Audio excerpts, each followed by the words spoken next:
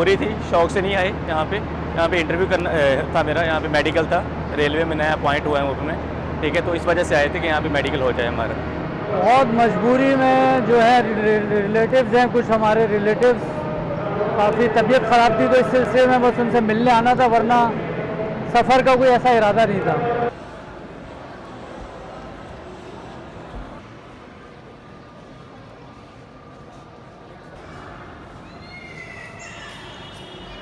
हम हर पैसेंजर की यहाँ पर स्कैनिंग कर रहे हैं, जो आ रहा है, जो आउट ऑफ सिटी से भी आ रहा है, जो इधर से जा रहा है, ये आ रहा है, और साथ में उसको सैनिटाइज़र लगा रहे हैं ताकि उससे जो भी जर्म्स है वो किल हो जाए, और साथ उसकी स्कैनिंग करके हम उसको टेस्ट कर रहे हैं कम्प्लीटली।